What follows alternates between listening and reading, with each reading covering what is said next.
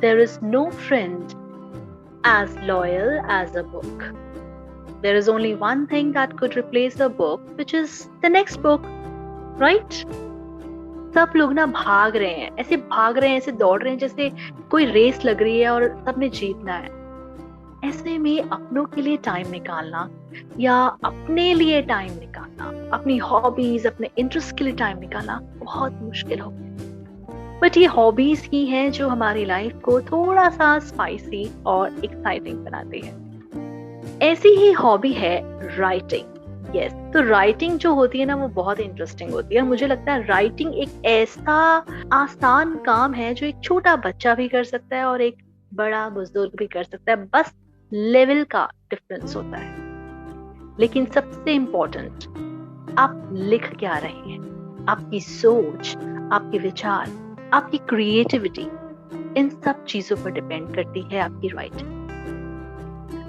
अब आप सोच रहे होंगे कि आज हम बुक्स के बारे में बात कर रहे हैं, बुक्स की कोट्स भी हमने सुन ली, तो क्या आज का प्रोग्राम हमारा बुक्स को लेकर है? तो well, you are absolutely correct. आज हम जानेंगे एक बुक या कहें एक नॉवल को। आज हमारे साथ है एक ऑथर जिनकी हाल फिलहाल में एक बुक पब्लिश हुई है जिसका टाइटल है prodigal love. Yes, the title of the book is prodigal love और इस बुक की ऑथर हैं प्रीति नारंग। तो आइए बात करते हैं इस बुक के बारे में, इस बुक की ऑथर से, Preeti Narang. Hi Preeti. Hello Chitra. How are you? Good, I am good, thank you. Preeti, बहुत बहुत स्वागत है आपका हमारे इस प्रोग्राम में। बूंदे पॉडकास्ट चैनल पे आप हमारे इस प्रोग्राम में हाजिर हैं। बहुत बहुत बहुत स्वागत है आपका। धन्यवाद। प्रीति, सबसे पहला जो सवाल ही आ रहा है, विच इज, आपने ये जो बुक लिखी है प्रोडिगल लव, इसके बारे में बताइए, क्या है ये बुक? ये बुक एक इंडियन लड़की की सच्ची कहानी है। ये एक लड़की जो सपने देखती है, वो लड़की जो आत्मनिर्भर है, बट कहीं ना कहीं प्यार ढूंढ रही है। उस प्यार को ढूंढते ढूंढते उसके साथ क्या क्या होता है, आप इस किताब में वो सब जान पाएंगे। इसमें प्यार भी है, क्राइम भी है और मिस्ट्री भी। इसका क्लाइमैक्स ऐसा है कि आपको कोई नहीं जान पाएगा इसके बारे में कि ये क्या हुआ। और ये ऐसी एक दिल को दहला देने वाली कहानी है जो आपको सोचने पर जरूर मजबूर कर देगी। मैं चाहती हूँ कि ये कहानी हर कोई पढ़े और हर कोई समझे, हर कोई सावधान रहे अपनी जिंदगी में। ये कहानी इस दुनिया के हर कोने कोने तक पहुंचनी चाहिए। ये एक बहुत ही सुंदर और एक सच्ची कहानी पे बनी हुई किताब है। ओके, डेफिनेटली बहुत इंटरेस्टिंग साउंड कर रहा है, लेकिन जो इसका टाइटल है ये और ज्यादा इंटरेस्टिंग है, which is prodigal love. What is prodigal love? मतलब इसका मतलब क्या है? Why you chose this title? Prodigal love का मतलब होता है एक्सेसिव लव, मीनिंग बहुत ज्यादा प्यार। और सबसे इम्पोर्टेंट और जरूरी बात इस टाइटल की है ये एक क्वेश्चन मार्क जो एंड में मैंने डाला है। तो इसका क्या है कि हम प्रोडिगल लव बोलते हैं, ऑफ कोर्स हम क्वेश्चन मार्क नहीं बोलते साथ में, लेकिन ये क्वेश्चन मार्क जो है ये बहुत ज्यादा इम्पोर्टेंट है इस टाइटल के लिए, ये बताने के लिए कि क्या सच में ये बहुत ज्यादा प्यार की कहानी है या ये कुछ और है।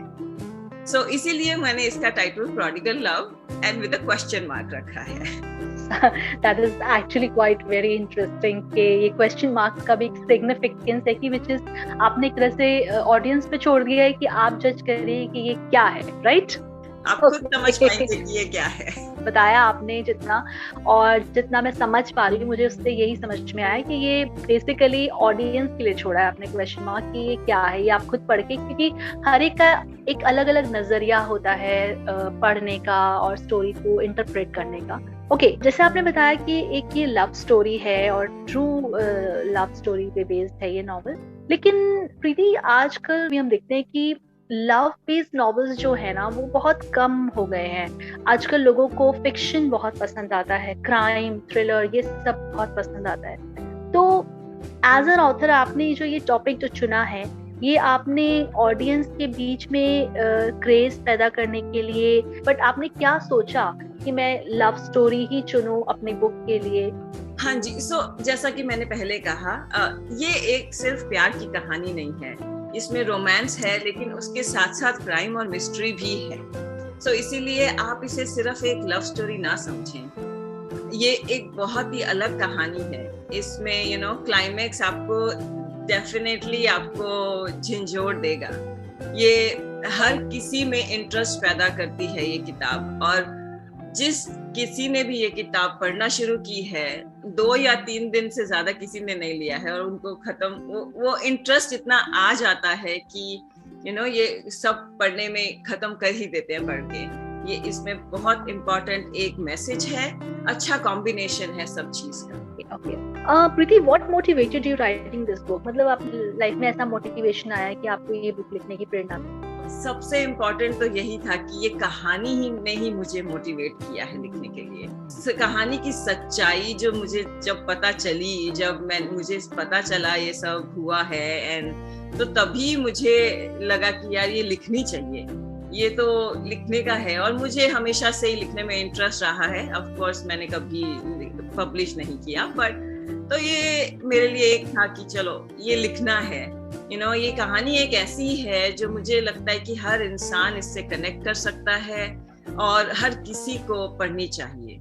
लेकिन ऐसा हुआ कि कुछ साल बीत गए सोचते सोचते, अभी लिखूंगी, अभी लिखना है बस फिर वो, लेकिन एक दिन बस ठान ली कि अब लिखना ही है, बहुत हो गया, बहुत डिले हो गया है। तो बस उसके बाद फिर मैंने मुड़ के नहीं देखा, तो मैंने एक बार शुरू किया तो बस खत्म ही किया। That's great, क्योंकि हमेशा वही होता है ना, हम हर चीज को कल पे छोड़ते हैं, डिले करते हैं कि नहीं आज नहीं, कल कर लेंगे, पर वो कल कभी नहीं आता। वेल प्रीति, जब भी हम कोई नया काम शुरू करते हैं, कुछ भी हम अपनी लाइफ में शुरुआत करते हैं, तो हमें चैलेंजेस बहुत फेस करने पड़ते हैं, बहुत रिसर्च, बहुत मेहनत करनी पड़ती है। तो आपको इस बुक को लिखने के लिए कितनी मेहनत करनी पड़ी? आई एम श्योर आपने रिसर्च भी बहुत किया होगा, तो कितना समय लगा आपको, क्या क्या चैलेंजेस आपने फेस किए? समय तो काफी लगा मुझे। ऑफ कोर्स ये लिखने में वक्त लगता ही है, और जब मुझे पता ही नहीं था कि करना क्या है, सबसे पहले तो समझना पड़ता है कि बुक लिखते कैसे हैं, उसका फॉर्मेट कैसा है, उसका मुझे फिर टाइटल सोचना था, नेम सोचने थे मेरे अपने किरदारों के। सो वो सब सोच के फिर मुझे उस इंसान को कन्विंस करना था जिसकी कहानी है, फिर उसकी फैमिली को कन्विंस करना था।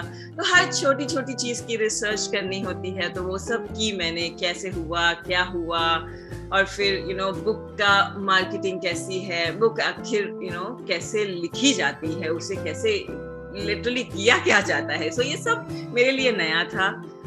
तो वो सब करते करते करते एक बुक मैंने तैयार की। ये मुझे टाइम लगा, आई थिंक 1 साल 10 महीने कुछ मुझे लगा, जिसमें मैंने सारी रिसर्च भी की, और मैंने बाकी ऐसी मैंने किताबें भी पढ़ी जो मुझे लगा कि यार जो सिमिलर टॉपिक हो सकता है तो मुझे पढ़ना चाहिए, मुझे समझना चाहिए कि ऑथर का, दूसरे ऑथर का कैसा होता है लिखने का स्टाइल, और लोग उसे कैसे रिएक्ट करते हैं उस चीज़ों पे। सो मैंने काफ़ी वो सब रिसर्च की, बाकी बुक्स पढ़ना एंड बुक के बारे में जानना। फिर मैंने एक कोर्स आया स्टैनफोर्ड से, मैंने एक ऑनलाइन कोर्स किया। उसमें ज्यादा कुछ नहीं था, इसमें था कि वो बेसिकली वो क्या करते हैं कि वो पुश करते हैं कि आपको 30 डेज में नॉवल लिखनी ही लिखनी है। होता क्या है कि हम सोचते हैं यार क्या मेरे को आता नहीं है, मैं ग्रामर देख लूं, मैं टेंसेस ठीक कर लूं, पर ऐसा नहीं है। हम क्या है कि हम स्टोरी बता रहे हैं, तो ग्रामर और टेंसेस हम एडिटर के लिए छोड़ सकते हैं।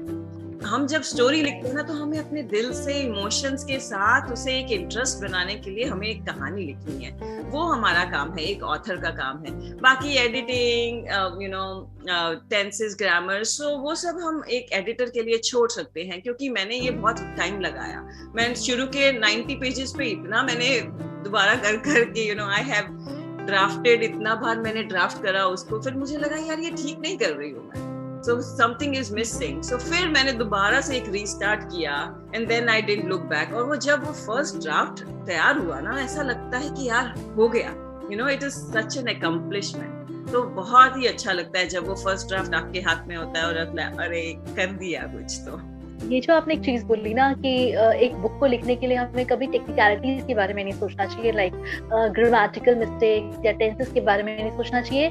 मेन होता है आपकी स्टोरी और उसको किस तरह से आपने इमोशंस एंड एक्सप्रेशंस के साथ उसको लिखा है। हाँ जी। प्रीति, कई बार जैसे हम बुक्स भी पढ़ते हैं, नॉवेल्स पढ़ते हैं, उसमें थोड़ा सा कहानी को मॉडिफाई किया जाता है, थोड़ा सा उसको मॉड्यूलेट किया जाता है just to make it more interesting and spicy. तो आपने भी अपने बुक को लिखते हुए कुछ ऐसे रियल लाइफ बेस्ड इंसिडेंट्स जो आपके आसपास हुए हों उसको थोड़ा सा और इंटरेस्टिंग बनाने के लिए उसमें डाले हों, ऐसा भी आपने किया?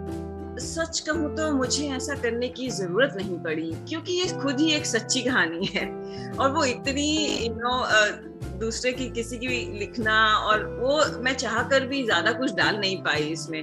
हाँ, एक दो जोक्स डाल दिए, कुछ अपनी डे टू डे लाइफ की कुछ बातें डाल दी, बट ज्यादा मैंने कुछ अपनी लाइफ का नहीं डाल के दूसरा ही रखा, क्योंकि वो अगर किसी की कहानी है तो मैं उसे ज्यादा बदलना नहीं चाहती।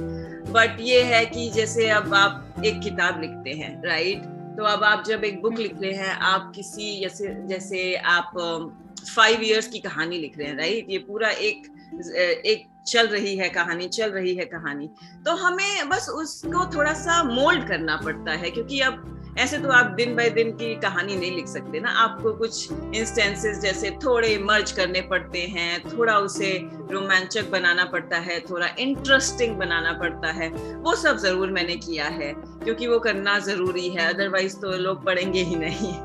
हाँ, मैं ये कहूंगी कि ये 100% ट्रू ना मान के आप इसे 90% ट्रू स्टोरी माने, क्योंकि मुझे थोड़ा सा तो डालना ही पड़ा मसाला। हमने मतलब अपनी बुक के बारे में अभी तक जितना बताया ना, मुझे एज अ पर्सनली मैं अगर बात करूं तो मुझे बहुत क्यूरियोसिटी हो रही है इसको पढ़ने की, एंड आई एम श्योर मैं इस प्रोग्राम के बाद आपकी बुक जरूर पढ़ने वाली हूँ, इतना मेरे को समझ में आ गया है। बट जैसे आपने ये बनाया है कि ये लव स्टोरी पे बुक लिखी है, क्या आप आने वाले फ्यूचर में भी कोई अपकमिंग बुक आपकी आने वाली है क्या, इसी से रिलेटेड होगी, इसी टॉपिक से रिलेटेड होगी, लव बेस्ड की होगी, या कोई और टॉपिक पे आप सोच रहे हैं लिखने के लिए? अभी मैं लव स्टोरी पे नहीं, एक दूसरी स्टोरी पे फोकस कर रही हूँ, लेकिन वो भी एक सच्ची ही कहानी है। वो एक और ही दूसरा फोकस है मेरी इस हमारी जिंदगी का, एक्चुअली नॉट जस्ट मेरी बट सबका। इस दुनिया में इतना कुछ हुआ है, इतना कुछ चल रहा है, हम लॉकडाउन में आए, हम कहाँ नहीं गए, क्या क्या हुआ है पिछले 2-3 सालों में। वो थोड़ा सा मैंने बहुत कुछ ऑब्जर्व किया है, तो वो एक कहानी मैं आजकल काम कर रही हूँ उस पे। अभी के लिए तो वही मेरा फोकस है, बाकी आगे क्या होगा वो तो अभी मैं नहीं बता सकती, क्योंकि मुझे क्या है कि मैं तो प्रेजेंट में जीती हूँ, जैसा जिंदगी ले जाएगी वैसे ही चल देंगे। तो लॉन्ग टर्म गोल्स तो है नहीं, बस एक फर्स्ट अभी एक नेक्स्ट गोल है जो मेरे दिमाग में चल रही है, एक कहानी, तो उस पे लिखूंगी। उसके बाद तो कौन सी कहानी मन में आएगी, कहाँ कैसे होगा पता नहीं, बट हाँ, जैसे जैसे जिंदगी ले जाएगी वैसे वैसे चलती चली जाऊंगी। वो है ना कि यार जिंदगी तो जिंदगी है, कभी खुशी है तो कभी गम है, कभी ठहाके हैं तो कभी आंखें नम है, बस जिंदगी तो जिंदगी है, तो जैसे वो रास्ता दिखाएगी वहीं चलते चले जाएंगे। प्रीति, डेफिनेटली हमें प्रेजेंट में ही जीना चाहिए, और जिंदगी हमारे लिए क्या संजोग की रखती है हमें नहीं पता होता है, हम बस उस पे चल सकते हैं, हम उसको फॉलो कर सकते हैं, पाथ को फॉलो कर सकते हैं, अपने काम कर सकते हैं, अपने कर्मास कर सकते हैं, आगे क्या होना है वो हमें नहीं पता है। प्रीति, आप जैसे एज एन ऑथर आपने अपनी बुक पब्लिश करी है, हमारे देश में ऐसे कितने अपकमिंग ऑथर्स हैं जो इस फील्ड में आके काम करना चाहते हैं, अपनी बुक निकालना चाहते हैं, पब्लिश करना चाहते हैं, लेकिन उनको शायद हिम्मत नहीं मिल पा रही कहीं, या उनको रास्ता नहीं दिख रहा, उनको या तो किसी की गाइडेंस की जरूरत है। तो आप उन लोगों के लिए क्या मैसेज देना चाहेंगे? आप उन लोगों के लिए कोई टिप, कोई मैसेज देना चाहेंगे कि आप कैसे शुरुआत कर सकते हैं? एक्चुअली 2-3 बातें हैं जो बहुत जरूरी हैं। सबसे पहले तो टाइम के निकलने का इंतजार मत करें, टाइम के मिलने का इंतजार ना करें। टाइम मिलेगा नहीं, उसे आपको निकालना पड़ेगा। उसके लिए आपको एक डिसिप्लिन बनाने की बहुत जरूरत है। बस एक दिन ठान लो कि करना ही है, तो रोज वो टारगेट बना लो कि मुझे आज इतने वर्ड्स लिखने हैं, तो आज मुझे ज्यादा जरूरी नहीं है कि आपको बहुत सारा लिखना है, आप थोड़े से टारगेट भी शुरू कर सकते हो। 1000 वर्ड्स पे शुरू करो, 500 वर्ड्स पे शुरू करो, बट लेकिन शुरुआत करो और मेक श्योर कि वो रोज लिखो। वो रोज लिखना बहुत जरूरी है, क्योंकि ब्रेक आ जाता है तो फिर हम उसे डिले कर जाते हैं और आपको राइटर्स ब्लॉक भी आएगा, अरे यार कहानी बढ़ नहीं रही, आगे अटक गए हैं। कोई बात नहीं, इसमें टेंशन वाली कोई बात नहीं है, बस आगे बढ़ते चले जाओ। अगर आपको राइटर्स ब्लॉक भी आया है, कोई बात नहीं, ब्रेक ले लो 1-2 दिन का, कहीं डाइवर्ट कर लो माइंड अपना, बट वापस आओ उस पे, वापस आओ और फिर से अपना स्केड्यूल फॉलो करो। वो वर्ड्स आपको लिखने ही हैं, चाहे कुछ भी हो जाए।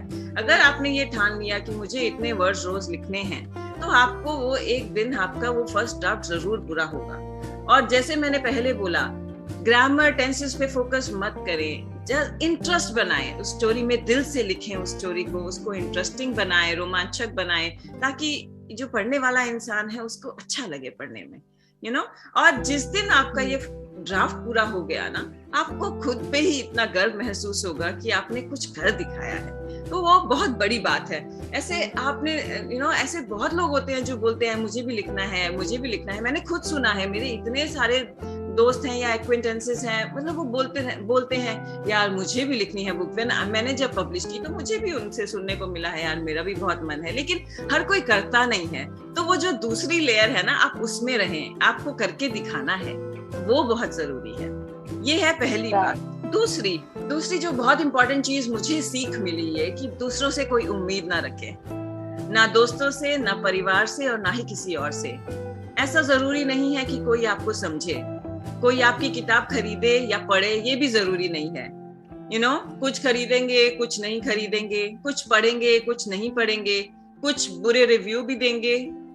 इन सब से बस ये है कि आपको निराश नहीं होना है और आगे बढ़ते जाना है, अपने पर भरोसा रखना है। अगर आपको लगता है आपकी कहानी अच्छी है, तो वो एक ना एक दिन तो आपको आगे ले ही जाएगी और आपको जरूर जीत हासिल होगी। देयर इज अ थॉट कि God help those who help themselves. तो भगवान मेहनत करने वालों का जरूर साथ देता है। बस थोड़ी देर अपना, बस ये हो सकता है कि थोड़ी देर लग सकती है आपकी सक्सेस में या आपकी बुक बिकने में, बट आपको चलते जाना है, लेकिन एक दिन तो कहीं ना कहीं कामयाबी आपको जरूर मिलेगी। ये ना बहुत इंपॉर्टेंट चीजें हैं। हम सोचते नहीं है इन सब के बारे में, यार हो गया, ये हो गया, नहीं। आपको बस अपने पे कंट्रोल रखना है, अपने पे भरोसा करना है और चलते जाना है। और बाकी तो वो है ही कि ग्रामर और टेंसेस आप एडिटर पे छोड़ दो और अपने कहानी पे फोकस करो, क्योंकि वही सबसे ज्यादा जरूरी है। तो ये बहुत इंपॉर्टेंट 2-3 चीजें हैं जो मुझे लगता है सबको करनी चाहिए। बाकी तो गूगल है ही, आपकी बहुत रिसर्च है, आप कर सकते हैं कैसे बुक लिखनी है, बहुत मिलेंगे आपको आर्टिकल्स, बहुत ट्रेनिंग्स भी हैं फ्री आपको मिलेगा, एडिटिंग टूल्स है बहुत सारे, प्रो राइटिंग एड है, ग्रामरली है, सो वो सब भी हैं टूल्स। सो वो सब आप जैसे ही सर्च करेंगे आपको बहुत कुछ मिलेगा। बट ये है कि ये ठानना बहुत जरूरी है।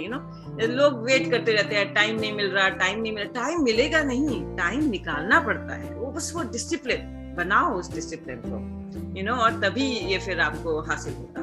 It's all about the priorities। और जैसा आपने कहा कि यस, जो लोग इस फील्ड में काम करना चाहते हैं, आना चाहते हैं, उनको सबसे पहले अपने मन से डर निकालना होगा कि हम कैसा परफॉर्म करेंगे, हम लिख पाएंगे या नहीं लिख पाएंगे, लोग क्या कहेंगे। ये सारे थॉट्स आपको अपने मन से निकालने पड़ेंगे। Just go for it.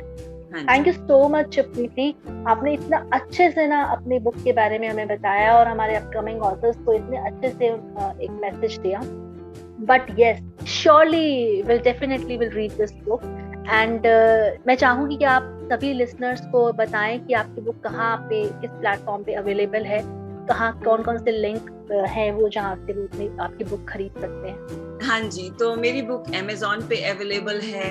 आप मेरे नाम से सर्च करें, प्रीति नारंग के नाम से, तो आपको मिल जाएगी, या आप prodigal love with question mark से सर्च करें तो भी आपको वहाँ पे लिंक मिलेगा।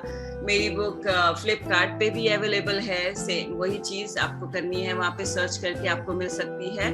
और ये एक pothi.com है जहाँ से पब्लिश करके हार्ड कॉपी आती है। तो हार्ड कॉपी अगर चाहिए, वैसे तो Amazon पे भी है, फ्लिपकार्ट पे भी आप ऑर्डर कर सकते हैं हार्ड कॉपी, या ई बुक अगर करनी है तो भी आपको Amazon पे मिलेगी। और हार्ड कॉपी करनी है तो Amazon, फ्लिपकार्ट और pothi.com, इन तीनों जगह पे अवेलेबल है। तो लिसनर्स, अगर आप भी इस बुक को पढ़ना चाहते हैं, आई एम श्योर ये बातें सुन के आपका भी मन करा होगा इसको पढ़ने का, तो आप ये Amazon, Flipkart, पर आप जाकर सकते हैं, खरीद सकते हैं। तो आज का हम प्रोग्राम यहीं पे समाप्त करते हैं, और हम कहते हैं ना कि in the end we all become stories, क्योंकि स्टोरीज जो हम लिखते हैं वो भी हमारी सोसाइटी से ही जुड़ी हुई एक रियल घटनाएं होती हैं, सच्ची घटनाएं होती हैं। और दोस्तों, बुक्स जो होती है ना, वो सबसे अच्छी दोस्त होती है, क्योंकि वो कभी भी आपको छोड़ के नहीं जाती। तो बुक्स पढ़ने का जो एक शौक है ना, इसको बरकरार रखिए, क्योंकि ये एक ऐसी चीज है जो आपको कोई छीन नहीं सकता। आप खाली टाइम में अकेले भी हो तो भी आप अकेले नहीं रहो। तो thank you Preeti for being there and giving us such a beautiful knowledge, और इतना अच्छे से आपने अपनी बुक के बारे में बताया। आई एम श्योर हमारे लिसनर्स को बहुत पसंद आया होगा, और हम वेट करेंगे आपकी अगली बुक का, कि आपकी अगली बुक कौन सी आ रही है, और हम उसको भी जल्द से जल्द पढ़ेंगे। तब तक आपके लिए बहुत बहुत बेस्ट विशेस है कि आप और लिखें और हमारे लिए अच्छा अच्छा कंटेंट लेकर आएं। और इसी के साथ हम आज का ये प्रोग्राम वाइंड अप करते हैं। Thank you so much Preeti. Thank you for having me, thank you so much.